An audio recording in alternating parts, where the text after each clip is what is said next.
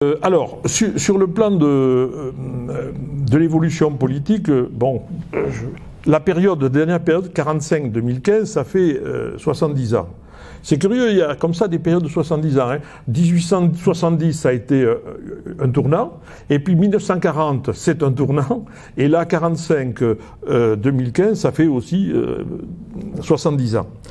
Bon, moi j'ai cherché un titre, mais j'ai trouvé entre continuité et adaptation aux mutations du département. Alors c'est ce que je voudrais essayer de montrer notamment aujourd'hui. J'espère que j'y arriverai, sans me perdre dans les détails. Bon, je proposais rapidement de faire un point de la situation politique du département en 45-46 à la Libération. Ensuite, la période de 45-73, c'est une période où finalement, par rapport à la période antérieure, on n'a pas vu beaucoup de changements sur le plan notamment politique. C'est la domination du Parti radical jusqu'en 1973. Domination, je dis, majorité absolue, très large, écrasante, etc. Et puis, à partir de 1973, il y a des changements qui se sont opérés. Parce que, vous le verrez tout à l'heure, il y a eu de nouveaux cantons. On a découpé, en particulier 2 cantons de Tarbes, qui ont fini par faire 7 cantons. Ce qui fait qu'il y a eu un rééquilibrage de la représentation démographique, et ça a entraîné aussi disons, un rééquilibrage politique. Voilà. Et puis, 40 années de bataille et de consensus, il y a eu des bascules, des mouvements de bascule qui ont pu s'opérer. Tous n'ont pas abouti, mais ça a fini par aboutir. Bon, c'est une vision chronologique. Il n'y a pas de synthèse. À la suite du dictionnaire des conseillers généraux qu'avait dirigé Jean-François Lenaille, mais c'était une commande alors non pas du Conseil général lui-même, mais de l'association des anciens conseillers généraux, que présidait à l'époque Claude Miqueux. Donc il y a eu ce dictionnaire, et puis on avait été amené à faire quelques éléments de synthèse lors d'une réunion, je me souviens, au Conseil général. Et moi, on m'avait demandé de faire une synthèse de l'évolution sociopolitique du Conseil général depuis 1801 jusque, à l'époque, on était... je crois que c'était avant 2011 quand même, cette réunion. Bon, il est question, aujourd'hui, Justiniani l'archiviste nous avait réunis, avec Claude Miqueux aussi, de reprendre ce travail et de le prolonger pour faire une étude de l'action du Conseil général. Bon, on a eu une réunion au mois de juin 2023, et depuis... bon, c'est en panne. Bon, je ne sais pas si ça se réalisera ou pas, mais j'espère que ça se réalisera, parce que ça peut être intéressant. Alors, la situation politique du département à la Libération. Bon, pour la mesurer, il y a les résultats électoraux. Bon, il a fallu renouveler tout à la Libération. Avec des élections où il y avait un changement fondamental, c'est que les femmes votaient. Donc nous avions enfin le suffrage vraiment universel. Ça, c'est nouveau. Bon, il n'y aura pas de portrait de personnage, parce que sinon il y en aurait trop. Mais la prochaine fois, j'en mettrai quand même, parce qu'il y a des gens dont les noms sont connus, etc. Bon, alors les résultats électoraux. J'aurais dû prendre dans l'ordre les municipales, parce que c'est elles qui ont eu lieu en premier le 12 et le 19 février 1945, donc avant l'armistice du 8 mai. Ensuite, il y a eu des élections au Conseil général le 23 septembre 1945, et puis nous avons eu des élections législatives en octobre 1945. Les élections, il y a eu d'autres élections, j'en parlerai après, législatives en 1946 ainsi que des sénatoriales en 1946. Les élections municipales de 1945, bon, qu'est-ce qu'on peut en dire? Bon, pour les petites communes, ça n'a pas beaucoup d'incidence sur le plan politique, hein, mais ça n'a pas été étudié. Il faudrait étudier ce qui s'est passé à la Libération dans certaines de ces communes, parce que vous avez des gens qui sont restés maires. En 1941, donc toutes les communes avaient été, théoriquement tous les conseils municipaux avaient été dissous. Et on avait créé des délégations spéciales. Mais le préfet de Vichy avait laissé un certain nombre de gens qui étaient en place, hein, ceux qui le souhaitaient ou qui paraissaient plus compatibles ou qui n'ont pas démissionné. Bon, alors, au lendemain de la guerre, hein, il y a eu des règlements de compte dans les villages, c'est des affaires pas très simples, mais qui n'ont pas été réellement étudiées sur l'ensemble du département. Il faudrait, mais c'est un travail d'abord important à mener, et puis délicat. Hein, parce qu'il y a des gens qui ont accepté d'exercer les responsabilités municipales sous Vichy. Bon, ont-ils été... peut-on les assimiler au régime de Vichy? C'est pas sûr. Hein. Il y a plein de gens qui ont fait des faux papiers aussi, hein, pendant toute cette période-là. Bon, alors à la Libération, le comité départemental de la Libération avait nommé dans chaque commune un comité local de libération. Bon, donc c'était des gens qui étaient désignés. Et ils ont destitué tous les élus. Après, certains se sont représentés, il y a eu des enquêtes, etc. Bon, certains ont pu se représenter, d'autres pas. D'autres ont été accusés à tort, hein, et ils ont pu se représenter 2 ans après aux élections de 1947. Bon. C'est une période complexe. Hein. Bon, alors, mais c'est surtout sur les grandes villes qu'il y a pu y avoir des enjeux. Ainsi, à Tarbes, par exemple. Hein,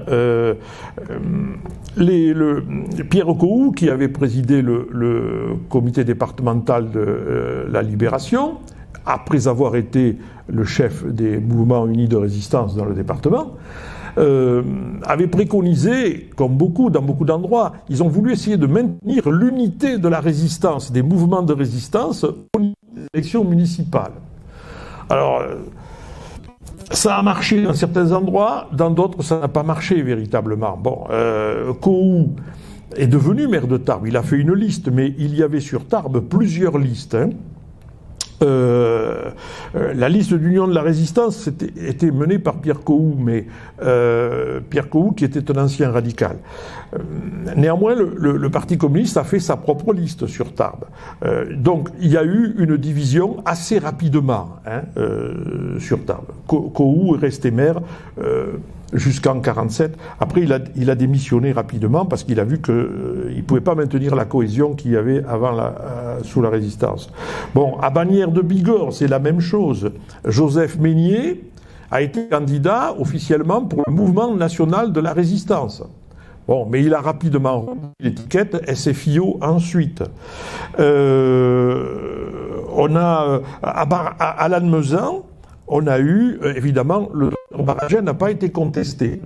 Baragin avait participé aussi aux activités de résistance et personne ne l'a contesté. Il a donc été réélu facilement. Je pourrais citer d'autres municipalités, mais c'est pas vraiment significatif. Hein. Il faut attendre vraiment 1947 pour qu'on voit l'évolution politique qui sont les élections municipales. Et puis en février, on était encore en guerre. Hein.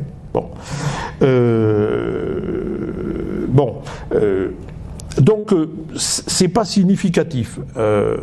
Il faut attendre un peu. Et puis, je dis ça, mais c'est pas significatif parce que ça n'a pas été trop étudié. Hein. Sur Tarbes, oui. Il y a eu les travaux de Gaspal et puis aussi ceux de José Cubero, mais ailleurs, ça a été peu étudié.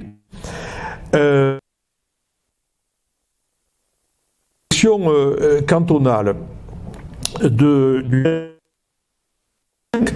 ou les législatives, c'est surtout aux législatives qu'on a vu l'évolution politique. Et je préfère commencer par les législatives, même si elles ont lieu en octobre.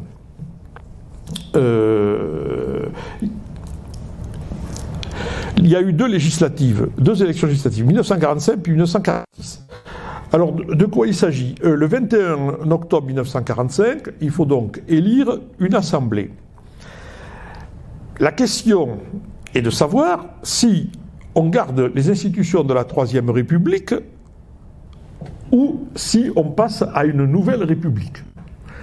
Alors, le jour de l'élection législative, il y avait en même temps un référendum à l'échelle du pays. Et on demandait aux gens s'ils voulaient conserver les institutions de la Troisième République ou non. Voilà. Bon, je vous dis que majoritairement, en France, plus de 90%. Hein, bon.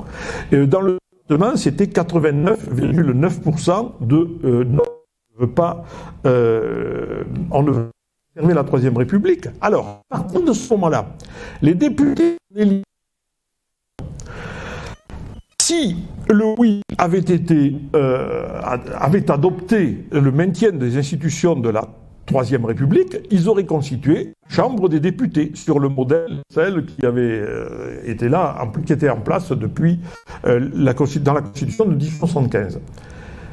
Si le non emporté, eh bien, ces députés constituaient ce qu'on appelait l'Assemblée nationale constituante, c'est-à-dire une assemblée chargée de l'Assemblée nationale constituante ou encore en 1848, etc. Bon, une vieille tradition française. On fait une Assemblée nationale constituante. Il y a des gens qui actuellement réclament une constitution, c'est-à-dire pour refaire une constitution. Alors, c'est un scrutin à la proportionnelle départementale. Il y a 3 sièges à pourvoir et il y a 4 listes en présence dans le département.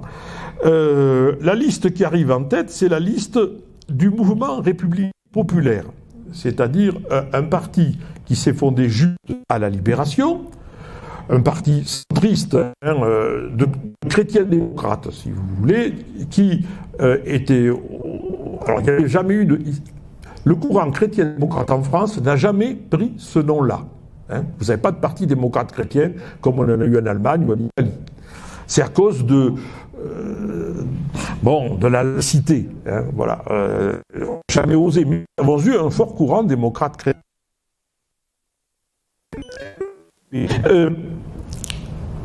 C'est des gens qui se situent au centre.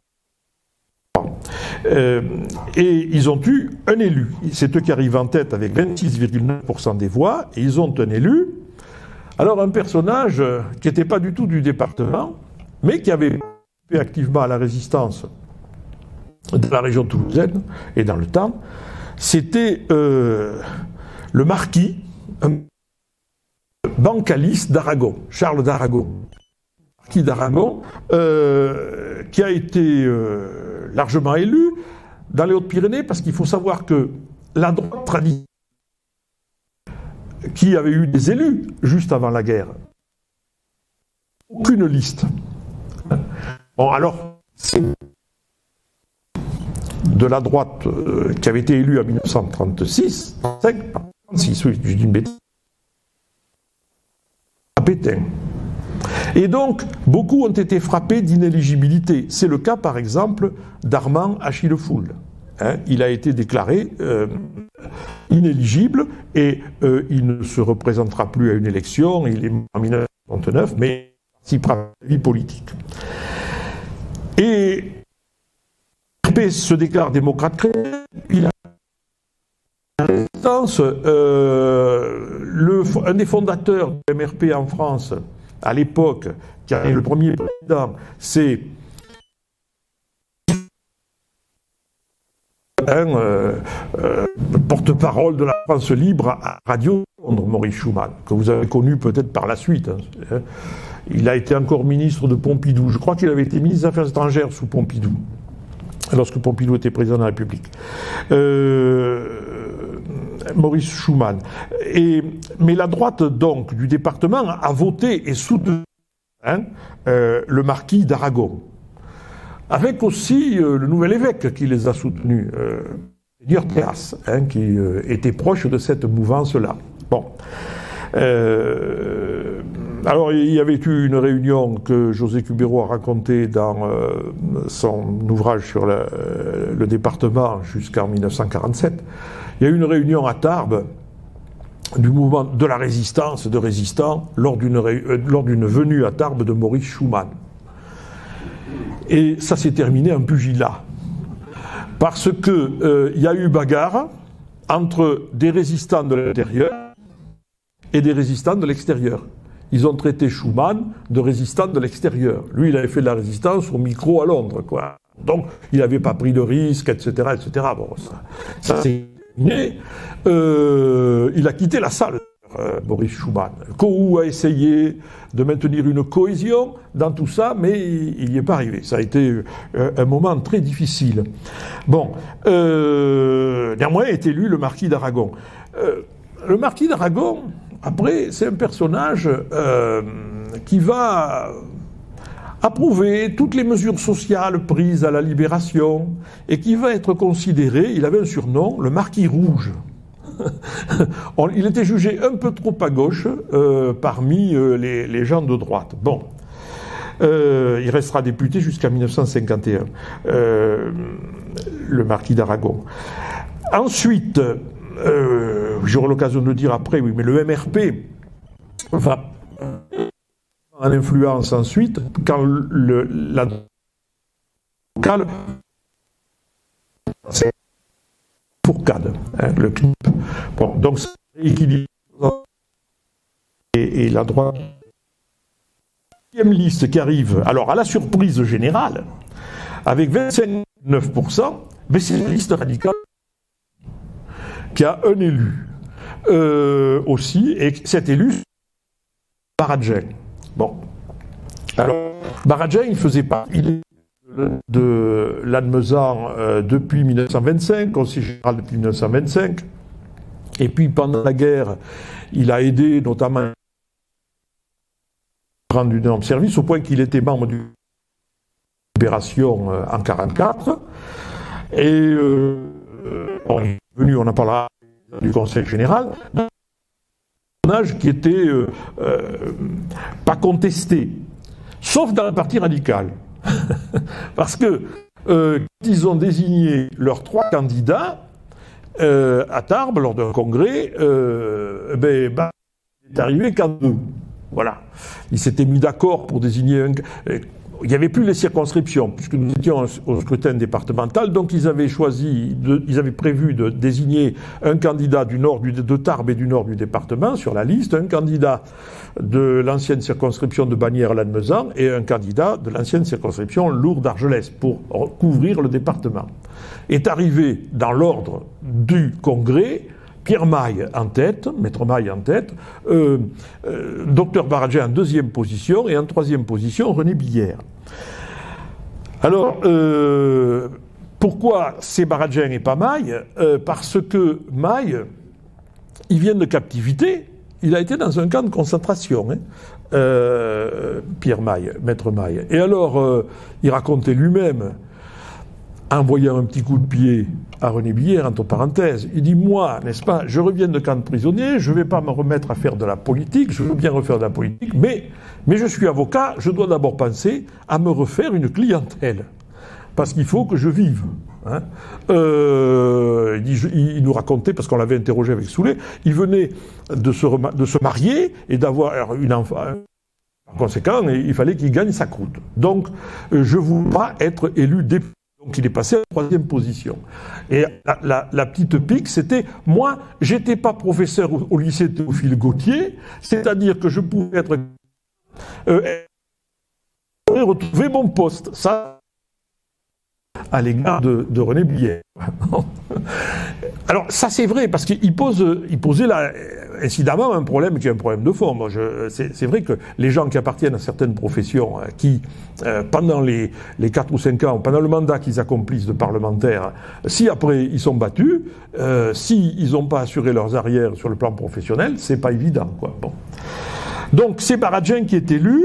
En 3e position, avec 23,03%, on a le candidat, c'est la liste PCF qui arrive en tête, avec comme comme élu Jean Toujas. Alors Jean Toujas, c'était un instituteur, hein, qui était militant communiste. Par la suite, après 1951, il n'a plus trop fait de politique, mais vous avez peut-être entendu parler de son frère, Eugène, qui a été maire de Bagnères pendant quelques années. Voilà. Et puis c'est quelqu'un que, à l'époque où on avait interrogé, c'était au début de Radio Bigorre, au début des années 80, avec les radios libres, avec Jean-François, on avait interrogé pas mal de personnel politique. Et lui, il était encore en vie, mais il avait refusé de nous recevoir. Bon, il avait tiré un trait sur tout ça. Et en quatrième position, mais sans élu, c'est la SFIO, avec 20,6%. Entre parenthèses, si on additionne les listes de gauche, ça fait 69,53%. Le tête de liste de la SFIO, c'était pourtant quelqu'un qui avait été actif dans la résistance, qui était directeur de l'hôpital de Tarbes, c'était Marcel Billière. Hein. Ça s'écrit pas comme Billière. Hein. René Billière, c'est 2 L, le E, accent grave, et Marcel Billière, c'est 2 L, I, E, accent grave. Comme il était apparenté à Étienne Billière, qui avait été maire de Toulouse, Marcel Billière. Donc la SFIO n'est pas élue. Mais ça nous donne une idée du paysage politique. Hein. En particulier, l'événement, c'est qu'il y a un député du PC. Hein. Et l'autre événement, c'est le maintien des radicaux socialistes. Bon, c'est le milieu rural qui a surtout voté pour les radicaux socialistes. Hein. Bon, cette assemblée qui est élue, elle va vite entrer, elle est chargée de faire une constitution. Bon, vous savez qu'elle va vite entrer en conflit avec le général de Gaulle, je passe, parce que la majorité de l'Assemblée veut un régime où le législatif aura toute sa part et l'exécutif le moins possible, alors que de Gaulle voulait un régime où l'exécutif dominait. Résultat, il a démissionné le 20 janvier 1946. L'Assemblée constituante propose une constitution qui est soumise à référendum le 5 mai 1946. Bon, le PC et la SFIO sont, avec le MRP, sont majoritaires hein, dans cette assemblée, largement majoritaires au niveau national. Et eux, alors, ils proposent un régime où le législatif aurait l'essentiel du pouvoir, et ils proposent une seule assemblée. Hein? Ça, c'est ces gens qui sont nostalgiques de la période de la Convention, de la Révolution. Hein? Bon.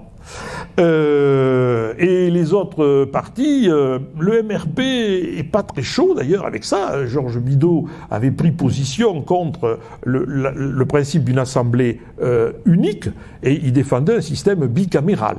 Bon. Et lors du référendum du 5 mai 1946, sur l'ensemble du pays, le projet est rejeté. Et dans le département, il est également rejeté. Hein, 53,5% de non.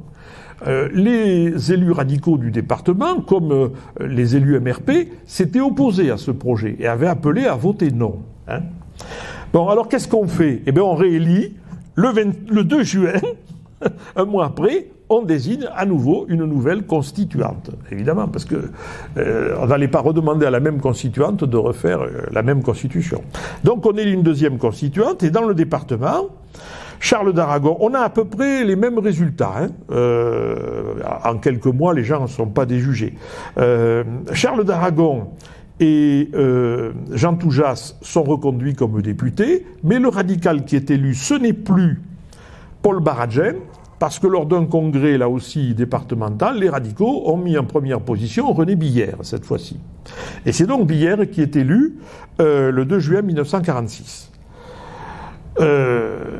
Alors, cette assemblée va proposer la constitution de la 4e République. Je dois dire que, à partir dans cette assemblée, l'alliance PC-SFIO n'a plus la majorité. Mais le MRP a pris une place beaucoup plus importante, qui est soutenue par toute une série de petits partis de centre-gauche notamment.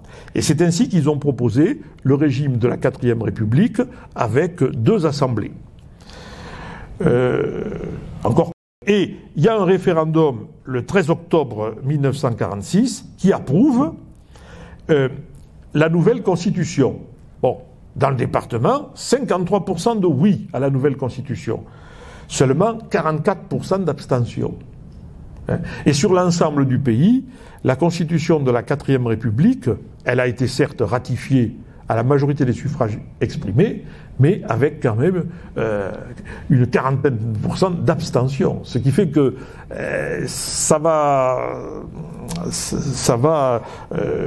nuire à sa légitimité.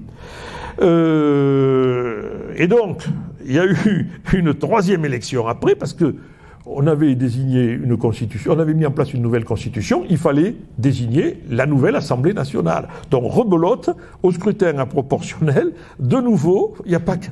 L'année 46, on a beaucoup voté. Hein. Il n'y a pas qu'en 2024. L'Aragon, le marquis d'Aragon, Jean Toujas et René Billère sont réélus députés en novembre 1946. Cette fois-ci pour 5 ans, hein, jusqu'en 1951. Donc, voilà le profil politique du département après les élections législatives. Si on prend les élections au Conseil général, qui ont lieu le 23 septembre 1945, au suffrage universel réel, puisque les femmes votent, pas uniquement masculin, les radicaux, alors là, retrouvent la majorité absolue au Conseil général, avec 16 sièges sur 26. Et quand on additionne leurs voix sur l'ensemble du département, ils font 62% des exprimés. Bon. Ils sont dans la situation de 1937. Il y a quand même 2 socialistes qui rentrent pour la première fois au Conseil général. Un candidat élu à Mont-Léon-Barousse et un autre à Bagnères de Bigorre, le maire de Bagnères, hein, Joseph Meignier. Et puis, il y a pour la première fois 2 communistes sur les 2 cantons de Tarbes-Nord et Tarbes-Sud. Hein. Marcel Biard et puis Raymond Peyrès, dont vous avez dû entendre le nom peut-être parce qu'il est resté conseiller général jusque dans les années 60, hein, 1960. Bon. Donc, ça c'est la nouveauté. Le centre et la droite modérée n'ont que 2 sièges. Parce que beaucoup d'anciens élus avaient évidemment accepté de siéger dans la commission départementale de Vichy, etc. Donc, en septembre 1945, ils sont considérés comme des vichistes, etc. Il y a 4 indépendants, dont 3 divers gauche. Alors, ça, évidemment, les indépendants et les divers, c'est très variable. Bon, et c'est Paul qui était maire de Lannemezan, qui a été élu président du Conseil général. Il le restera jusqu'à sa mort en 1967. Bon, voilà le profil. Oui, il y a les élections sénatoriales, je peux en dire 2 mots. Bon, on aura... Le Sénat n'a été rétabli, pas sous son nom, parce que forcément, on ne voulait plus du Sénat. C'était une haute chambre de notables, etc. Alors, toute la gauche élue majoritaire dans l'Assemblée constituante n'en voulait pas. Je passe vite. Donc, ils avaient créé quand même une 2e assemblée qu'on avait baptisée le Conseil de la République. Et il gardera son nom jusqu'en 1958, jusqu'à la constitution de la 5e République. De Conseil de la République. Il retrouvera le nom de Sénat avec l'actuelle constitution. Néanmoins, comment élire les sénateurs ? On a pensé à une élection à 2 degrés, mais comme si c'était une élection directe. La première élection, et la seule fois où ça s'est produit, c'était en 1946, parce qu'en 1947 a été rétabli le système qui existait auparavant, c'est-à-dire les communes désignent des délégués, et les délégués sénatoriaux élisent les sénateurs. Bon. Tandis qu'en 1946, on a eu un mode d'élection très original qui n'a été pratiqué qu'une seule fois. Et alors là non plus, il n'y a pas eu d'études, parce que ce serait très intéressant. Pour désigner les délégués sénatoriaux, ils étaient désignés par canton. Alors chaque canton avait droit à un certain nombre de délégués sénatoriaux en fonction de sa population, mais ils étaient désignés par scrutin de liste proportionnel, une proportionnelle cantonale. Alors on a vu fleurir des listes si les communistes ont présenté des listes dans tous les cantons du département, la SFIO aussi, les radicaux aussi, le MRP en a présenté, la droite modérée en a présenté, mais c'est assez inégal, parce que toujours pour la même raison, on était trop proche de la guerre, etc. Mais enfin, c'est intéressant de voir par canton qui s'affiche avec des étiquettes au lendemain de la guerre. Ça serait une étude intéressante à faire parce que ça doit donner une photographie de la fin de novembre 46 du département en novembre 46. Bon, alors, nous on avait droit qu'à un siège de sénateur, c'est Paul Baradjin qui est élu à la fin 1946, mais le nouveau Conseil de la République pouvait désigner des notables ou des gens comme sénateur du Conseil de la République. Alors, chaque groupe, en fonction, avait droit à un nombre de conseillers de la République ou de sénateurs complémentaires. Et dans le département, c'est Gaston Manin qui a été désigné. Bon, alors, personne n'a contesté la désignation de Gaston Manin. C'était le seul à avoir voté contre les pleins pouvoirs à Vichy en 1940. Bon, c'était un personnage qui ne faisait pas, qui faisait l'unanimité. Bon, sauf dans son canton, parce qu'il avait été battu au cantonal à Mauléon-Barousse. C'est lui qui avait été battu par un socialiste à Mauléon-Barousse. Bon. Donc voilà, si on fait un peu le point, y a-t-il un nouveau rapport de force politique? Alors on peut répondre oui, si on tient compte des législatives, parce qu'il y a l'émergence du Parti communiste. Et puis la SFIO fait 20%. On a aussi le MRP, une force démocrate chrétienne, qui continuera à exister dans le département. Donc oui. Pour les municipales, c'est difficile à dire. Il faut être très nuancé parce que, en fait, pour les municipales, ce qu'on peut en conclure, c'est qu'il y a eu impossibilité de maintenir l'unité de la résistance. Et puis, si on tient compte du Conseil général, eh bien, on peut dire non, il n'y a pas de nouveau rapport de force politique puisque les radicaux conservent la majorité. Voilà. Le mouvement, si vous voulez, en faveur de la gauche ou du MRP au lendemain de la guerre, il va s'estomper dans les années qui suivent, quoi. Au bénéfice des radicaux d'une part et au bénéfice du CNIP, un nouveau parti qui s'est créé après 1945, qui était le Centre national des indépendants et paysans et qui a réuni toute une série de petits partis de droite. Et dans le département, le leader en sera Jacques Fourcade. Bon, seulement, ce n'est qu'en 1951 qu'il fera une liste et à la proportionnelle. Et en 1951, le MRP perdra son siège au profit du CNIP, avec l'élection de Jacques Fourcade, et le Parti communiste perdra également son siège au profit des radicaux qui récupéreront un deuxième siège. Voilà. Cette fois-ci, Maître Maille acceptera d'être candidat et élu. Bon, il s'était refait une clientèle, certainement. Bon, enfin là, ça, je suis méchant. Bon, alors, ça nous amène à cette période 45-73, la domination du radicalisme rural. Alors, c'est ce que j'ai baptisé le radicalisme rural, parce que les places fortes urbaines du Parti radical, elles vont aller en disparaissant, quoi, progressivement. Tarbes n'est plus une place forte, même s'il y a un cercle radical tarbais actif, qui a peut-être 2-3 élus conseillers municipaux. Mais sur Bagnères aussi, ils vont être dominés par la SFIO, et à part Lannemezan, mais autrement... et Lourdes aussi, oui, j'ai oublié de dire, Lourdes à la Libération, il y avait eu une unité, c'est vrai. C'est un radical qui a été élu maire de Lourdes en 1945, Georges Dupierris, mais il avait comme suppléant quelqu'un qui était plutôt de droite, qui était Antoine Béguer.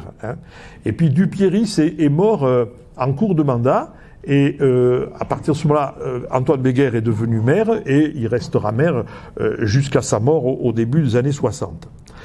Bon, alors là, le parti d'Antoine Béguer, c'était le rugby. Et c'était important à Lourdes. Alors, les radicaux... ils ont la majorité au Conseil général et la majorité absolue. Je vous donne comme ça les noms de sièges, hein, de 49 jusqu'en 64. Ils ont 18 sièges en 49 sur 26, 19 en 51, 16 en 55, 17 en 58, 61 en 64. La majorité absolue, c'est 13 sièges plus 1, donc c'est 14. Ce qui fait qu'ils sont à l'aise. Sans compter qu'il y a des divers gauches qui votent pour eux. Des gens qui ne s'affichent pas officiellement comme membres du Parti radical, mais qui les soutiennent. Bon, il y en a un dans la Vedan, c'est le conseiller général et maire d'Arens-Marsous, qui était d'Arens, pas encore Marsous, qui était le docteur Le Breton. Le docteur Le Breton a été toujours divers gauche. Hein. À la fin des années 60, ça commence à baisser. Hein. 14 sièges en 67, c'est juste la majorité, et 13 sur 26 en 1970. Hein. Donc, il y a eu quand même un mouvement de tendance à la baisse. Alors, la question qu'on peut se poser, c'est... non, j'en reste là. C'est un radicalisme rural, oui, c'est ce que je voulais dire. Il y a eu une baisse d'influence à Tarbes et dans la banlieue de Tarbes. Au lendemain de la guerre, les deux conseillers généraux élus sont deux communistes. Et puis, les deux communistes vont perdre leur siège avant 1951. Dès 1949, Pierre Maille est élu conseiller général de Tarbes, ainsi que Marcel Billière, qui sera élu conseiller général de Tarbes. Cela dit, eux-mêmes seront battus. Les communistes de 51 à 61 vont connaître une éclipse dans le Conseil général. Ils ne vont pas y siéger pendant 10 ans, mais en 61, ils ont de nouveau des élus, avec Raymond Peyrès qui bat Pierre Maille, et puis Paul Chastelain, qui est élu pour la première fois en 1964 et qui a battu Marcel Billière. Bon. À Bagnères de Bigorre, il y avait aussi un conseiller général radical qui avait succédé à Joseph Meignet, qui était le docteur Marcel Cazenave. Là aussi, on est un pays de rugby, puisque le stade de Bagnères porte son nom. Le docteur Marcel Cazenave, s'il y a des Bagnères dans la salle, il avait été chirurgien à l'hôpital de Bagnères. Bon, c'était un radical. Il a été conseiller général de 1958 à 1970. Mais j'en parlerai au début des années 60. Au début des années 60, il n'a pas suivi l'orientation de René Billière. Et en 1970, il soutiendra la candidature, comme successeur, il soutiendra la candidature d'André de Boisson, qui était un républicain indépendant, hein, et qui était le directeur des entreprises Soulet. Alan Mezan, tant que Baradjin est là, Baradjin va rester maire et conseiller général. Mais en 1967, à la mort de Baradjin, René Billière, qui venait d'être élu député une semaine avant l'élection cantonale de 1967 dans le canton d'Almezan, se présente à Lannemezan. Parce que aux élections législatives, les résultats du canton de Lannemezan aux élections législatives lui donnaient toutes ses chances pour être élu conseiller général. Bon. Et Billière, c'est quelqu'un qui n'a jamais pu être élu ni conseiller municipal, ni conseiller général. Il s'est présenté 2 fois et à chaque fois il a été battu. Et il se présente au cantonal et il est battu par le docteur Bleuler, hein, du Centre démocrate en 1967. Bon. Et Lannemezan va aussi, le canton va basculer. Donc, si vous voulez, sur les villes du département où ils avaient une influence, les radicaux déclinent. En revanche, ils se maintiennent dans les cantons ruraux et dans les cantons montagnards. Bon, alors je peux citer, il y en a eu 5 qui ont été conseillers généraux en continu de 1945 à 1973. Le docteur Roland à Haro, le docteur Sabatier à Castelnau-Magnoac. Vous voyez, il y a beaucoup de médecins, mais j'en parlerai la prochaine séance de ça. Le docteur Sabatier à Castelnau-Magnoac, Antoine Corrège, qui était un agriculteur à la Barthe de Nest, Maurice Ducru, qui était un vétérinaire à Maubourguet, également Urbain Cazot, à Luce. Hein. Il y en a 6 qui ont siégé entre 20 et 24 ans. le docteur Despois, 24 ans, à Castelnau-Rivière-Basse, maître Sabatier, 23 ans, le docteur Baradjen, 22 ans, le docteur Davered, 22 ans, conseiller général, Maurice Desconnet, qui était aussi un vétérinaire et qui a été fondateur de la mutualité sociale agricole, il a été conseiller général pendant 22 ans, le docteur Le Breton pendant 21 ans, enfin bref, je ne vais pas vous les citer tous parce que à droite, il y a moins de longévité. Si, il y a quelqu'un qui a une longue longévité, c'est le docteur Pérus, Argelès, qui est élu de 1949 jusqu'à 1982. Ou également Belloc-Latapi à Saint-Pé, qui a été élu pendant très longtemps aussi. Bon. Alors bon, ce sont des phénomènes de notables, etc., mais il y a une fidélité à ces gens-là, quoi. Et ça constitue un point d'appui pour les radicaux, pour se faire élire au niveau ensuite des sénatoriales, très important, et puis au niveau des législatives, surtout au scrutin proportionnel. Bon, pendant toute cette période, la SFIO aura 2 à 3 sièges, avec quelqu'un qui, à l'époque, durant cette période-là, est inamovible à Viellore, c'est le docteur Pierre Mounic, qui par la suite quittera le Parti socialiste, mais qui, à cette époque-là, était SFIO, et le PC est absent de 1951 à 1961. Donc, si vous voulez, c'est encore une période d'âge d'or pour les radicaux aux Pyrénéens. Bon. Il faut dire quand même aussi, pardon, c'est comme ça que je vais appuyer, que sous la 4e République, ils ont encore une influence au niveau national. C'est plus vrai aujourd'hui, mais ils ont une influence au niveau national. Bon, alors, à partir de 1951, ils ont eu 2 députés, à la personne de René Billère et de Pierre Maille. Le CNIP a eu un député, Jacques Fourcade, qui est un personnage qui avait une influence aussi au niveau national, parce que on avait créé, la 4e République avait créé l'Assemblée de l'Union française, où il y avait des représentants de tous les territoires outre-mer. Et Jacques Fourcade a présidé pendant plusieurs années l'Assemblée de l'Union française. On a eu 2 sénateurs, enfin les radicaux, pardon, ont eu 2 sénateurs sur toute la période, de 46 à 58, avec Gaston Manin et Paul Baradjen. Alors, en 58, drame familial au sein du Parti radical, c'est que Gaston Manin est âgé et ne se représente pas. Alors je dis 58, mais alors il y a eu une élection sénatoriale en 58, et puis il y en a une autre en 59.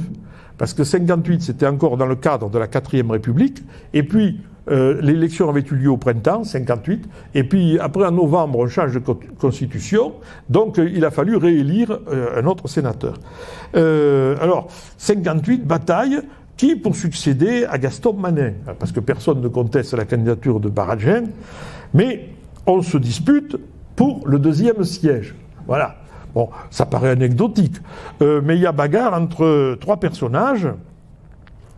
Un autre avocat, maître Pierre Bourda, peut-être que vous avez connu, qui était le président de la fédération du Parti radical à l'époque, qui avait une influence en milieu rural parce qu'il était le président des chasseurs des Hautes-Pyrénées et le président des pêcheurs des Hautes-Pyrénées. Bon, ce qui n'est pas rien non plus, en matière d'influence. Bon, en plus, c'était un avocat, il a souvent plaidé sur Bagnères et sur Lourdes, donc en fait, ils ont des réseaux. Et puis, il y a 2 personnes qui se sentent pousser des ailes pour être sénateurs. C'est Urbain Cazot, qui propose d'être candidat sénateur, parce que il est le président de la Fédération française de ski, il est le président de la Chambre de commerce et d'industrie des Hautes-Pyrénées. Donc il estime que lui, il peut faire un bon sénateur. Bon, personne ne le conteste, mais bon. Alors, là aussi, dans l'interview que nous avions fait de Maître Maille avec Jean-François Soulet, c'était en 83, il nous a raconté cet épisode de manière anecdotique, Maître Maille. Il y avait d'abord un ancien maire de Tarbes, le docteur Bruzo-Grille, il a le nom d'une rue. C'est la rue qui a justement, maintenant, devant l'hôtel du département, devant l'ancienne délégation militaire départementale, il y a une petite rue, elle s'appelle rue du docteur Bruzo-Grille. Or, le docteur Bruzo-Grille, il avait été maire de Tarbes, bon, après la démission de Cohou. Et alors, il va demander à Maille ce qu'il en pense de sa candidature. Alors Maître Maille lui dit « Oh, vous savez, docteur, je ne sais pas. Voyons, passons un petit examen. Savez-vous où est Puntus ?»« Ah non. Bon. Alors, Escoubès, par rapport à Putz, vous savez où c'est ? Ah non, pas du tout. » Alors Maille lui dit, alors plus facile, Lobalanias. Ah, je ne sais pas non plus. Il dit, bon alors écoutez, docteur, restez chez vous. Mais ça montre bien un peu. L'État à l'époque, c'était encore rural, hein, le département. Et donc, pour être élu sénateur, il fallait connaître les délégués qui étaient des maires, quoi. Hein, bon. Et alors, il a la visite aussi d'Urbain Cazot, qui lui dit, qu'est-ce que tu en penses ? Je suis tout de même président de la Chambre de commerce. Et Maille, il soutenait la candidature de Bourda. Bon, alors, il lui dit, mais enfin, tu sais ce qu'ils en pensent ? Alors moi, je ne sais pas très bien parler patois, mais il lui dit, président d'être voleurs, parce que les paysans du coin, pour eux, les commerçants, c'est des voleurs. Donc, c'est pas la peine que tu te présentes comme président de la Chambre de commerce. Bon. Et Cazot a été battu, d'ailleurs. Hein. Et alors, il y en a un troisième. Alors, lui, c'est un agriculteur. Il n'a pas été demandé l'avis de Maille. C'était Paul Despois. Alors qu'il n'était pas encore conseiller général. Son frère l'était, le docteur Despois. Il était de Castelnau, Rivière-Basse. Mais il a été le premier président, il avait été président de la Confédération Générale de l'Agriculture qui s'était transformée ensuite en Fédération Nationale des syndicats d'exploitants agricoles, quoi. Ça a été le premier président, Paul Despois. Et il a été président de la Chambre d'agriculture. Alors lui aussi, en tant que président de la Chambre d'agriculture, il pensait qu'il pouvait faire un bon sénateur. Bon. Et puis, ils ont été battus. Bourda a été élu de justesse, mais Bourda a été élu. Bon. Par la suite, après le changement de constitution, en 1959, ni Despois ni Cazot ne se sont représentés. Bourda s'est représenté, mais il a été battu par Béguer, cette fois-ci. Hein, donc par le CNIP. Bon, mais c'était pour vous donner une idée, quoi. Ça donne cette interview de Maître Maille, c'était un avocat, Maître Maille, qui avait le verbe facile, l'humour, etc.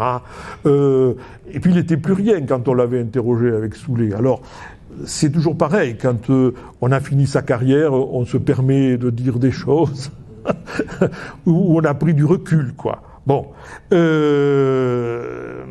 mais bon, ça donnait une idée, quoi, pour la pression qu'il pouvait y avoir sur les agriculteurs. Alors, ils existent encore aussi au niveau national, alors avant de parler du choc 58, à travers René Billère. Voilà. Billère est un personnage. On travaille avec Sylvain Lorinet à une biographie, mais je ne sais pas quand c'est qu'on va la finir. Mais est un personnage qui, avait été reçu. Il était issu de milieux modestes. Sa mère était institutrice. Son père était commis greffier au tribunal de Lourdes. Son père, il est mort, Billère avait à peu près 10-11 ans, au lendemain de la guerre. Il a eu une bourse pour pouvoir suivre des études secondaires au lycée Théophile Gautier, parce qu'à l'époque, faut pas l'oublier ça, l'enseignement secondaire était payant. Les lycées, c'était payant. Donc, il a eu une bourse dans les années 20. Il faut attendre le début des années 30 pour que ce soit gratuit. Il a fait de brillantes études, puisque ensuite il s'est retrouvé reçu à l'école normale supérieure de la rue d'Ulm, dans la même promotion que Georges Pompidou d'ailleurs, et il était devenu professeur agrégé de lettres classiques. Quand il était étudiant, il a fait de la politique dans des groupes qui étaient pas très loin de Mendes France, etc. Et il avait pris son premier poste de prof, ça a été au lycée de Mont-de-Marsan, avant de venir à Tarbes à la rentrée 1937. Bon. C'est quelqu'un qui, effectivement, a un niveau et qui se fait élire en 1946 comme député des Hautes-Pyrénées. Il a été en captivité pendant 4 ans et au retour de captivité, il avait retrouvé son poste à Théophile Gautier, d'où la critique de Maille. Et il a été rapidement président de la commission de l'éducation dès 1949-50 à l'Assemblée nationale. Alors, nous étions sous un régime parlementaire. Donc, les présidents de commission, à cette époque-là, ils avaient une grosse influence. Bon.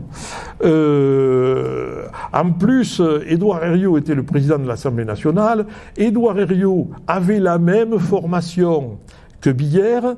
Et on a parlé aussi à une époque de l'influence de tous ces gens qui étaient passés par l'école normale supérieure. Il n'y avait pas l'ENA. L'ENA a été créée juste après la guerre. Et donc, les générations d'énarques, c'est pas à ce moment-là encore qu'elles se produisent. Mais sous la 4e République, on a aussi ce qu'on a pu appeler la République des professeurs, qui avait plus ou moins commencé sous la 3e. Donc, si vous voulez, c'est des milieux d'influence qui se connaissent bien.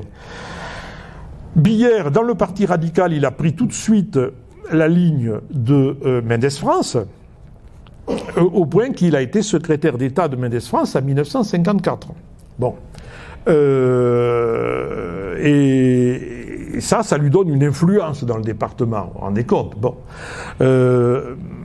Entre parenthèses, alors là, on a trouvé des lettres, 3 lettres de Mendes France, parce qu'il s'est fait tirer l'oreille pour être... Il aurait aimé être ministre de l'Éducation nationale, d'entrée. Mais sous la 4e République, c'était un peu comme aujourd'hui. Bon, vous aviez une forte opposition à gauche, le PC, qui voulait participer avec personne. Et puis, à partir de 1951, vous avez le RPF, qui a aussi beaucoup de députés, mais qui ne veut pas participer à une majorité de droite et qui ne soutient pas le régime. Donc finalement, c'est entre la SFIO à gauche et le CNIP à droite qu'il faut négocier pour constituer un gouvernement.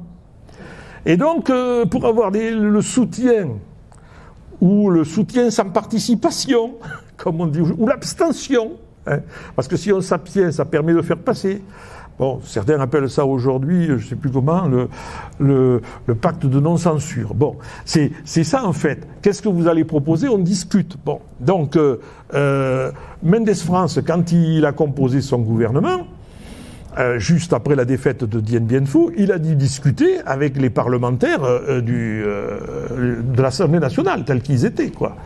Et en particulier avec le MRP, le Mouvement des Républicains Populaires, démocrates chrétiens, défenseurs de l'enseignement libre.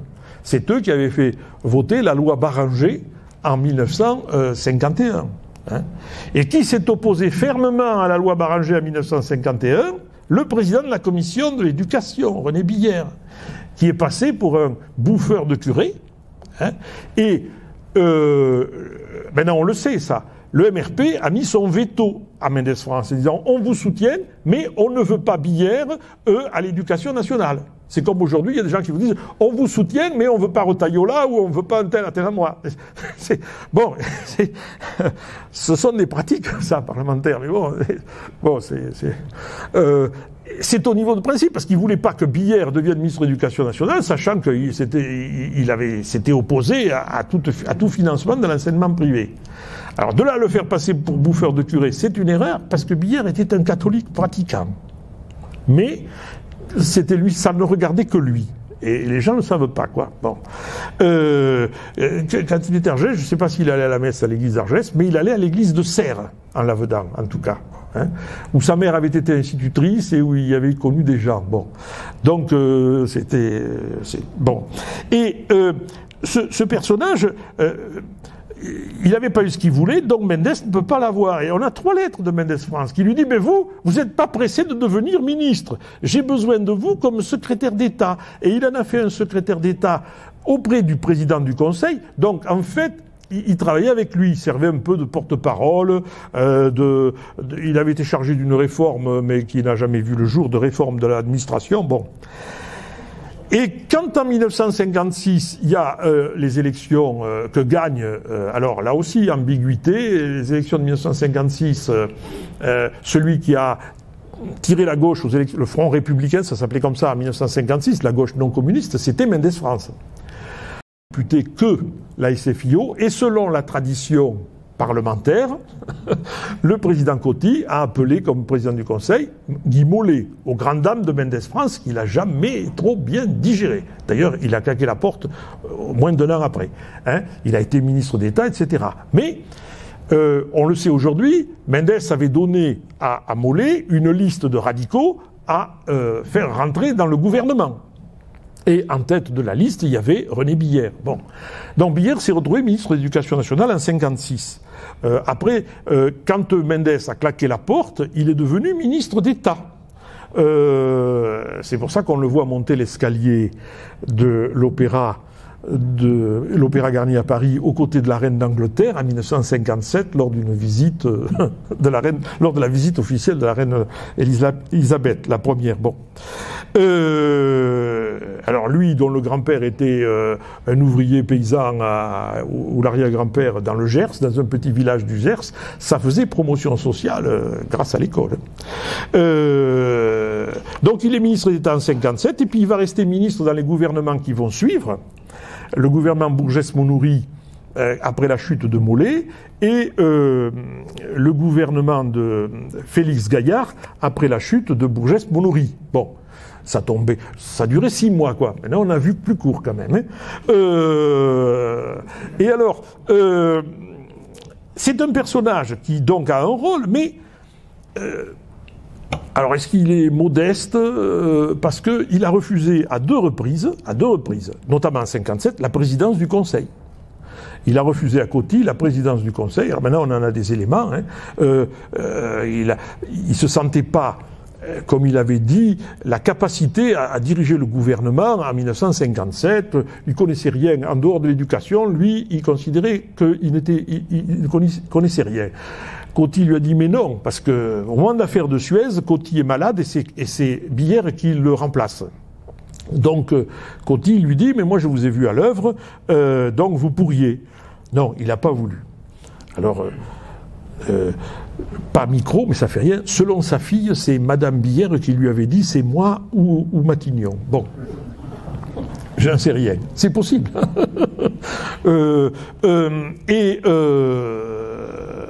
Il a refusé aussi la présidence du Conseil en 1958. Mais là, c'était dans des conditions épouvantables. C'était après le 13 mai 58. Enfin, au moment du 13 mai, hein, il n'y avait pas grand monde pour être volontaire pour aller prendre les rênes à ce moment-là. Bon. Mais il a refusé aussi à De Gaulle de participer au premier gouvernement que De Gaulle a fait sous la 4e République. Hein. Et Pompidou, qui était chef de cabinet de De Gaulle en mai 58, et qui était un ancien condisciple de Billère, le connaissait, savait ce qu'il avait fait, même si lui il était à la banque Rothschild, il devait suivre quand même ce qui se passait. C'est Pompidou qui avait fait appeler Billère par De Gaulle, mais Billère n'a pas accepté, parce qu'il n'était pas sûr d'avoir les mains libres sur le plan financier. Hein, parce que c'était Pinet qui devait devenir ministre des Finances. Et quand il avait lancé des plans pour construire des lycées, etc., Billère, parce que sous Billère, effectivement, le ministère de l'Éducation nationale avait vu ses crédits augmenter. Et il n'y a qu'à voir le nombre de constructions qu'il y a eu, pas que d'écoles primaires, mais de lycées. Hein, sur beaucoup de lycées des Hautes-Pyrénées, hein, à la fin des années 50, je parle sous le contrôle de M. Morgan, mais il a joué un rôle quand même. Bon, et il dit lui-même dans une interview à des universitaires parisiens qu'on a pu écouter, il raconte que Pinet avait dit quand même, vous ne pouvez pas laisser des dortoirs. Hein, avec 40 lits ou 30 lits comme nous. Hein. Pourquoi vouloir faire des chambres avec 3 ou 4 lits pour les lycéens? On peut leur donner quand même des dortoirs, ça coûte trop cher tout ça. Alors voilà, c'était un exemple qu'il donnait où Pinet râlait parce qu'il dépensait trop de sous. Et il n'était pas sûr. Ensuite, bon, il y avait des orientations politiques qui étaient différentes. Bon. Donc voilà, c'est un personnage qui est vice-président du Parti radical au niveau national, qui compte. Et donc, il a une influence sur les radicaux du département. Voilà. Et sur le département, bon, vous savez, à l'époque, hein, c'est comme toujours, aujourd'hui, on va chercher, je suppose qu'il devait tenir des permanences et que tout le monde allait voir pour demander tel ou tel poste, etc., quoi. Bon, pour être soutenu pour une mutation ou pour le service militaire, etc., bon. Bon, une anecdote personnelle, moi, quand j'ai commencé ma carrière, avant ma première mutation, mon père me dit « Tu dois aller voir Billère ». Il était encore sénateur, il était vieux, sénateur. « Tu dois aller voir Billère ». Bon. Je lui dis « Mais tu crois qu'il va faire quelque chose ?» Alors il me dit « Ah, il faut aller demander ». Bon, alors... Il tenait une permanence, je me souviens, c'était à la mairie d'Argelès, et donc moi je veux le voir, je ne connaissais pas du tout. Hein. Non, évidemment, mais après, personnellement, je ne l'ai jamais rencontré. Ça a duré un quart d'heure, mon problème. Hein. On a parlé pendant 1h15, mais un quart d'heure sur mon problème, et après, j'ai posé quelques questions sur la 4ème République, et alors là, j'aurais dû prendre des notes, parce que c'était intéressant. Mais il me dit, écoutez, je vais être honnête, je vais écrire au ministre. Et puis, qu'est-ce qu'il va me répondre, le ministre? Il va me répondre, j'ai bien pris en compte votre demande, mais voilà, M. Courtadet n'a pas le barème nécessaire pour obtenir le poste demandé, etc. Bon, alors il me dit, je veux bien, je vais le faire, mais vous savez, il faut que vous compreniez, vous devez partir pendant un certain nombre d'années, et puis, vous allez accumuler des points, et vous reviendrez. Voilà. Alors, si c'était pour me dire ça, que je savais, si vous voulez, ça ne servait à rien. Néanmoins, il a écrit. Et puis, il y a eu cette réponse-là. Hein. Bon. Mais j'avais trouvé qu'il avait été honnête, parce qu'il y en a d'autres qui devaient vous dire, vous savez, quand j'étais dans les Deux-Sèvres, au tout début, il y avait beaucoup de collègues qui étaient originaires de la région de Bordeaux ou de la région de Toulouse et on était 4 ou 5 à avoir fait des démarches aussi auprès de nos parlementaires pour voir la réponse. Et on comparait les réponses. Mais à part les noms du député et de l'intéressé qui changeaient, autrement, c'était une réponse standard, quoi. Bon, néanmoins, il y a des gens qui y allaient, quoi. Voilà. Donc, ce genre de choses, il a dû peut-être rendre des services, j'en sais rien. En tout cas, il exerce une influence importante. Et il va exercer une influence intellectuelle importante. C'est le choc de 1958. Parce qu'en 1958, il y a un choc qui s'opère, effectivement. Non, là, je reviens à 73. Non, le choc de 58, oui. Le premier problème qui se c'est le changement de système électoral pour les législatives. Hein. On va passer de la proportionnelle départementale au scrutin de liste à un scrutin majoritaire à 2 tours, hein, par circonscription. Alors, ça suppose des alliances politiques. Voilà. Parce que dans le département des Hautes-Pyrénées, on crée 2 circonscriptions. Les 2 qu'on connaît aujourd'hui à peu près, c'est les 2 mêmes. Hein. On coupe à sens nord-sud, Lannemezan-Bagnères, et puis une partie de Tarbes, et puis Vic, une partie de Tarbes, Lourdes, Argelès. Alors, évidemment, quand on regarde les résultats des élections précédentes, si on regarde qui c'est qui pèse le plus dans cette circonscription ou dans l'autre, hein, bon, on s'aperçoit que la circonscription qui est la 2e depuis Vic jusqu'à Argelès, elle penche plus à droite ou au centre droit, et la circonscription, l'autre, elle penchait à gauche au niveau des élections législatives précédentes. Bon. Alors, pour savoir où ils vont être candidats, c'est pas simple. Billère est désigné par les radicaux comme candidat dans la première circonscription de Bagnères, alors que lui, il habitait la circonscription d'Argelès. Et Pierre Maille se dévoue pour aller dans la circonscription d'Argelès. C'est pareil à droite. Jacques Fourcade, qui est de Vic, hein, et il est plus... Bon, et donc il va aller dans l'autre circonscription. Bon, Jacques Longuet disait, oui, ils ont une circonscription pour Billère et une circonscription pour Fourcade. Bon, évidemment, c'est les 2 qui vont être élus en 58, hein, en novembre 58. Mais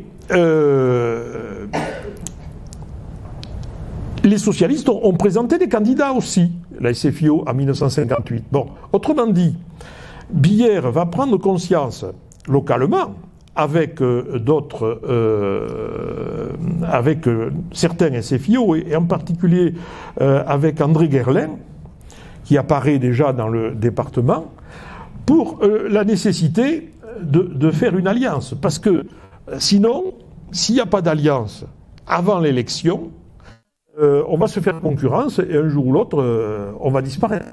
On est tous candidats. D'où, c'est lui qui a lancé ça dans le département. Alors, dans les Hautes-Pyrénées, il va prendre des initiatives. Avec d'abord Marcel Billière et puis ensuite avec André Guerlain. Ils vont être deux, c'est-à-dire entre le Parti radical et la SFIO, et la section française, enfin l'ancien nom du Parti socialiste dans le département. Ils vont créer un groupe politique qui s'appelle la Gauche démocratique, une alliance. Mais l'idée, c'était un véritable petit parti, avec un bureau, etc., la Gauche démocratique, qui a été créé en 1962. Billière devenait président et Guerlain secrétaire. Bon. Et alors, et la Gauche démocratique démarre comme ça et va présenter des candidatures communes, SFIO radicaux-socialistes, dans les différentes élections locales, cantonales et municipales. Et ça va jouer pour les élections départementales de 1964 et pour les municipales de 1965. En plus, ils ont des discussions plus ou moins discrètes avec le PC local. Parce que le PC local, dans un deuxième tour, il joue un rôle. Et si lui-même il veut avoir des places, il a intérêt à avoir une alliance avec la SFIO et les radicaux. Et c'est comme ça que Chastelain retrouvera un siège, et Pérez un siège de conseillers généraux. Hein, chacun un siège de conseiller général. Bon, grâce à cette alliance. Alors, ce qu'il y a de curieux aussi, c'est qu'il y a des gens qui n'avaient leur carte ni chez les radicaux ni chez les socialistes, qui ont adhéré à la Gauche démocratique. Le docteur Le Breton a été vice-président de la Gauche démocratique. Comme ça, il choisissait ni entre socialistes ni radicaux, il était dans un groupe à part. Bon. Et Cazot, qui avait quitté le Parti radical parce qu'on n'a pas voulu les soutenir au sénatorial, ils sont revenus par le biais de ce groupe, la Gauche démocratique. Et alors ça n'a pas joué partout parce que Alan Mezan, bon, on sait aujourd'hui que le docteur Baradjin, il n'était pas très favorable à ça. Alors, on le sait parce que maintenant il y a des gens qui sont morts et puis qui ont témoigné, puis on a des éléments. Il y a eu des contacts entre le docteur Baradjin et le docteur Bleuler. D'autant plus qu'en 65, Baradjin, il était déjà malade et donc il préparait la suite, quoi. Et il y avait eu des contacts. Alors ça, c'est avec Soulet, on a Roger, docteur Bleuler, qui nous l'avait raconté. Et puis ensuite, il y a Gilbert Puyot, un historien local de Lannemezan que vous connaissez peut-être, et qui avait des éléments aussi intéressants dans l'histoire de Lannemezan. Il a raconté ça aussi. Et puis finalement, c'est les gens qui étaient à droite de Bleuler qui ne voulaient pas d'alliance avec Baradjin, et les gens qui étaient à gauche de Baradjin qui ne voulaient pas d'alliance avec Bleuler. Bon, mais autrement, Bleuler acceptait d'être le premier adjoint de Baradjin. Hein. Mais l'alliance n'est pas faite parce qu'ils ont été tiraillés chacun de leur côté. Et alors après ils se sont retrouvés élus conseillers municipaux tous les deux. Mais alors Baradjin, il a dû faire alliance avec SFIO et puis aussi avec sur la région de Lannemezan, c'est les premières apparitions d'un nouveau parti à l'époque, le PSU. Vous avez entendu parler, PSU, le Parti de Rocard. Il y avait un noyau important sur Lannemezan. Et donc, Baradjin, alors, Bleuler nous disait, oh là là, qu'est-ce qui s'ouvrait dans le conseil municipal? Et nous, on était plus gentils avec lui que son opposition de gauche. Bon. D'autant plus qu'on voyait bien qu'il était malade. Bon. Et d'ailleurs, celui qui était le premier adjoint de Baradjin, François Sarrat, encore un nom de terrain de rugby à Lannemezan, a fait liste commune en 71 avec Bleuler. Et c'est Sarrat qui était l'ancien premier adjoint de Baradjin, et qui avait été maire après à la mort de Baradjin, qui a été tête de liste, et dont Bleuler a été le premier adjoint. Ils ont joué l'alliance centre. Bon, je dis ça parce que ça a une importance, parce qu'on est en plein pour ces pauvres radicaux de l'époque. Pauvres, non, pour les radicaux de l'époque. Parce que à Bagnères, même chose. À Bagnères, le docteur Cazenave, aux élections municipales, a refusé une alliance avec les socialistes, le maire sortant Compagnette. Il n'a pas pu faire d'alliance avec les radicaux, qui ont préféré faire une alliance avec André de Boisson, qui était républicain indépendant. Et c'est la liste de Boisson qui l'a emporté, et de Boisson est devenu maire, aux grandes dames des socialistes. Donc, ça, c'est la stratégie de Bagnères. Bon,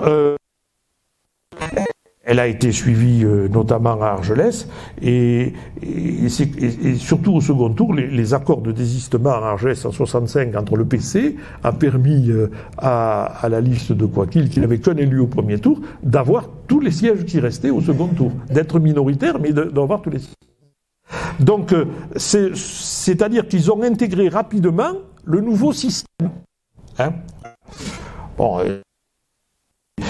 c'est toujours valable, ces histoires d'alliances nécessaires avant l'élection avec le système que nous avons. C'est pour ça que toutes les démarches qui sont faites à l'égard du Parti socialiste par rapport à LFI, s'il y a une menace de dissolution à nouveau au mois de juin prochain, ça pose problème. Voilà, c'est ça. Peut-être qu'on va discuter proportionnel bientôt. Je veux dire, au niveau national, on risque d'en... Bon, bref. Alors, ce qui se passe dans le département à ce moment-là, il faut savoir que ça a une incidence au niveau national. Parce que, fin 65, René Billère, dans le parti radical, qui en était vice-président, mais en devient président au mois de septembre 1965. Et dans le Parti radical, au niveau national, il y a deux lignes qui sont bien nettes. La ligne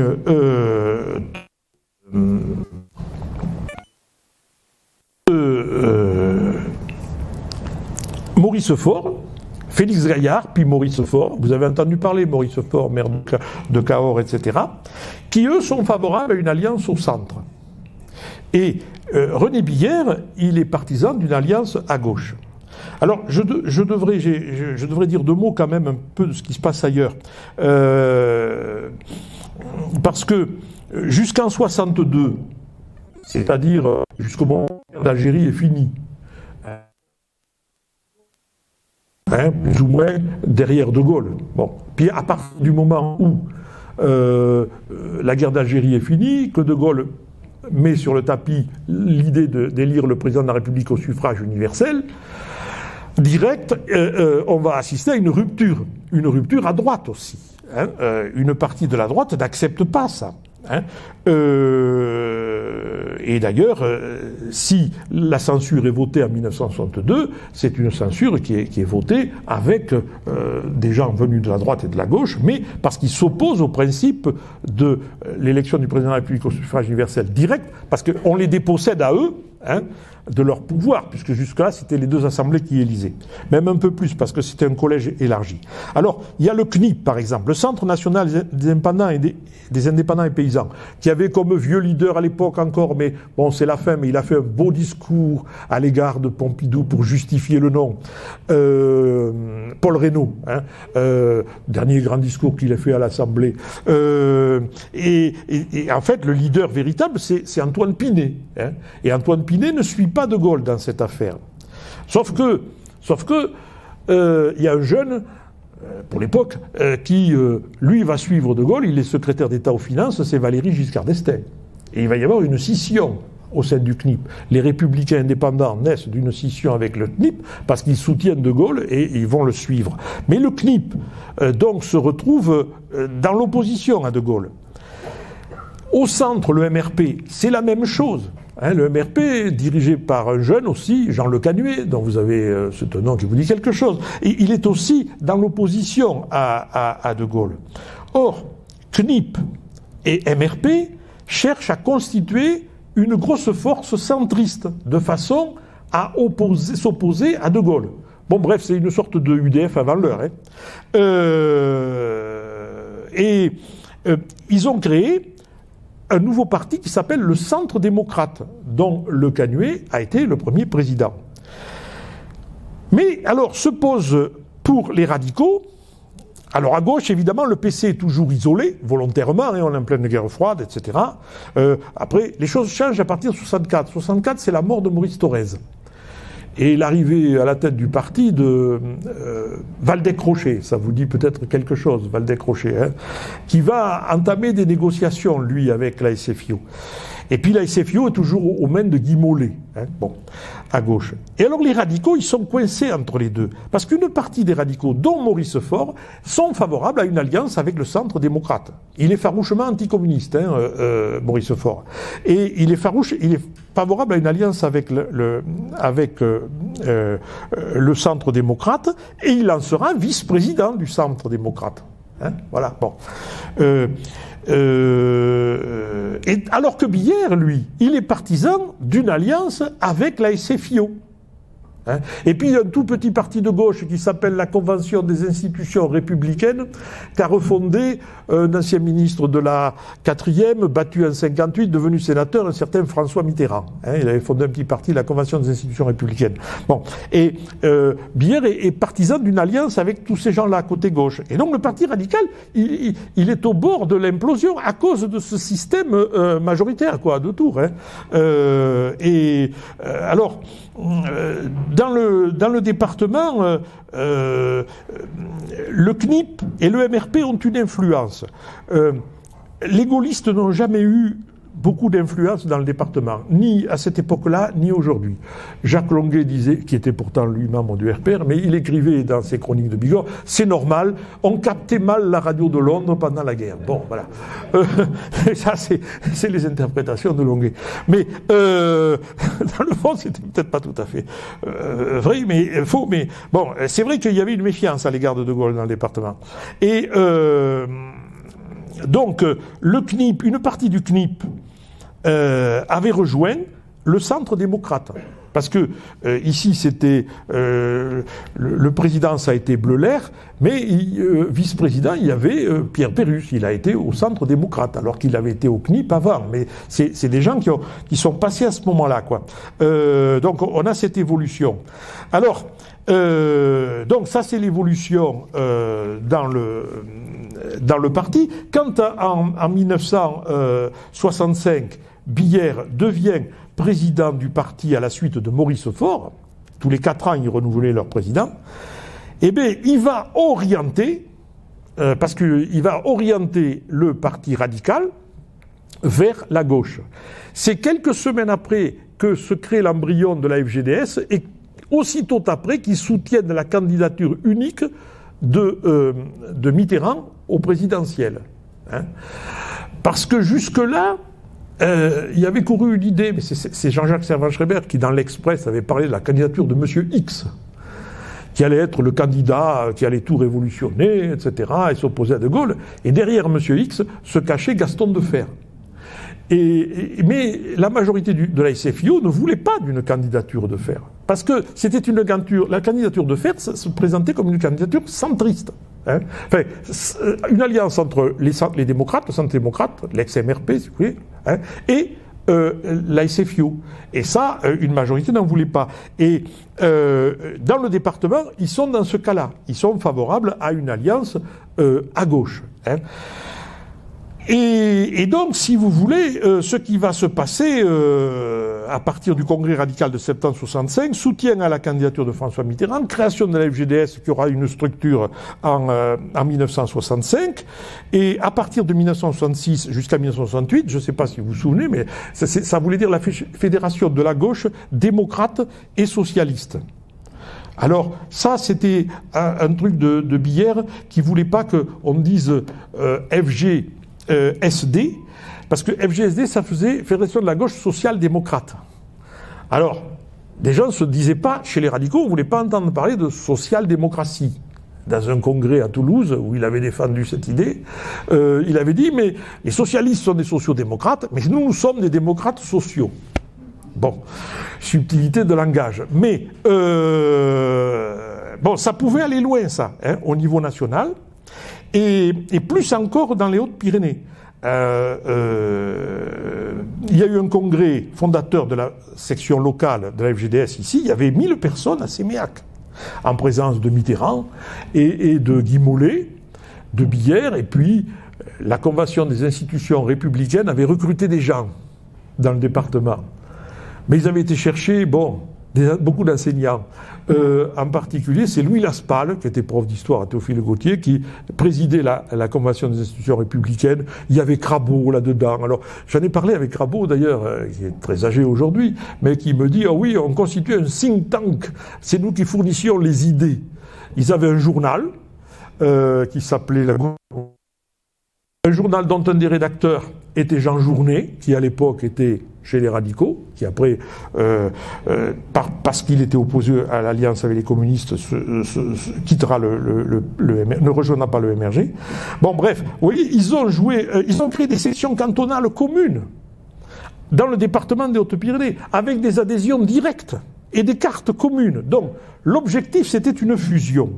Hein, et il était prévu, ça on le sait par les archives maintenant, que s'il y avait, c'est 68 qui a fichu tout ça par terre, mais en 69 il était question de fusionner tout ça.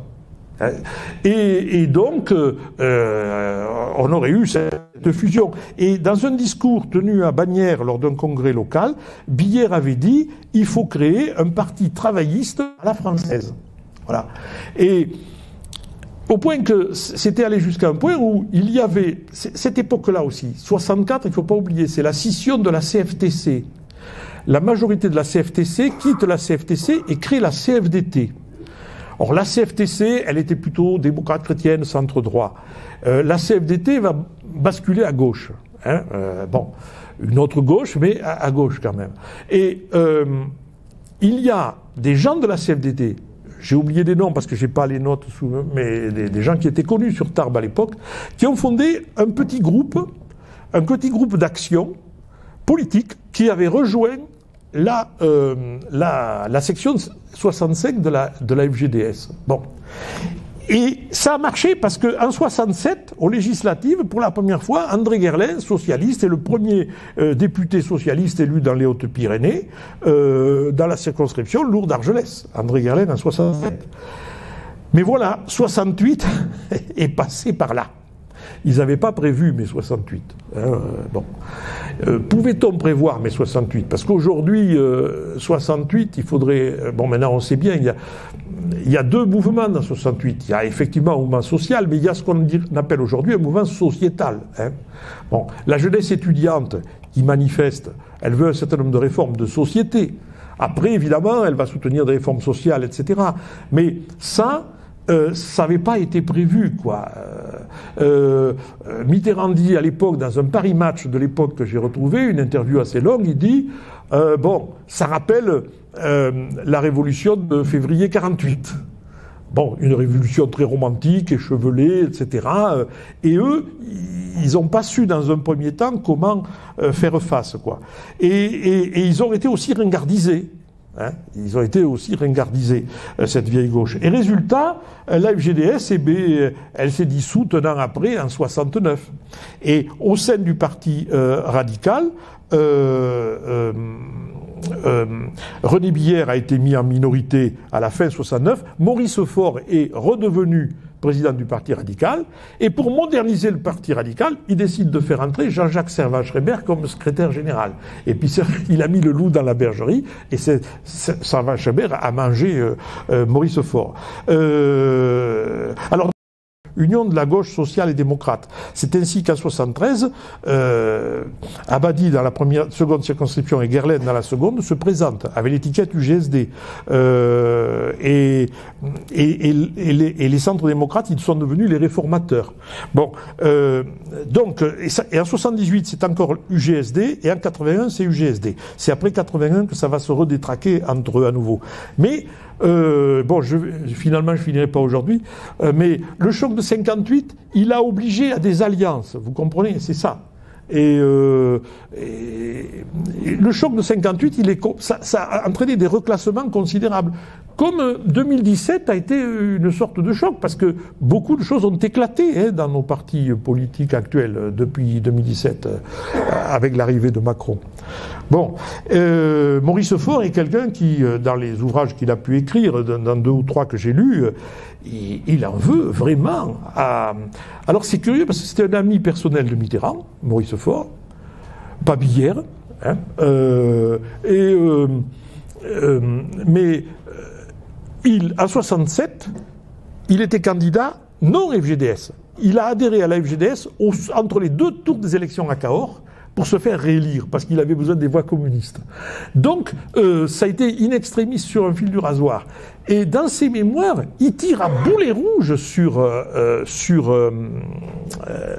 Billère, en disant que Billère était une sorte... C'était un peu l'antenne du Parti communiste dans le Parti radical. Bon, ça, si on dit ça à des communistes, ils vont faire ils vont rigoler. Mais bon, non, mais pour lui, parce qu'il défendait une alliance à gauche. Alors le fait est, c'est qu'on a des photos de Billère avec Valdez-Crochet et Georges Marchais. Hein, bon, ça, il y a eu cette volonté de construire une gauche. Mais c'est 68, tout ça, ça s'est cassé les dents en 68. Bon, voilà. Mais cette alliance entre socialistes et radicaux a permis le maintien du parti radical dans les années 60, et on peut dire jusqu'à aujourd'hui. Hein, et jusqu'à aujourd'hui, même si aujourd'hui, bon, tout a décliné. Je ne sais pas si ça durera, mais bon, je suis pas devin. Voilà. Bon, écoutez, la prochaine fois, j'évoquerai la période 73-2015, qui est un changement important. Je vous remercie, et puis, bon, on a débordé un peu, mais... Si cette vidéo vous a plu, vous pouvez nous rejoindre à l'Université du temps libre de Tarbes et de Bigorre à l'adresse utl-tb.info. Et n'oubliez pas, si ce n'est déjà fait, de vous abonner.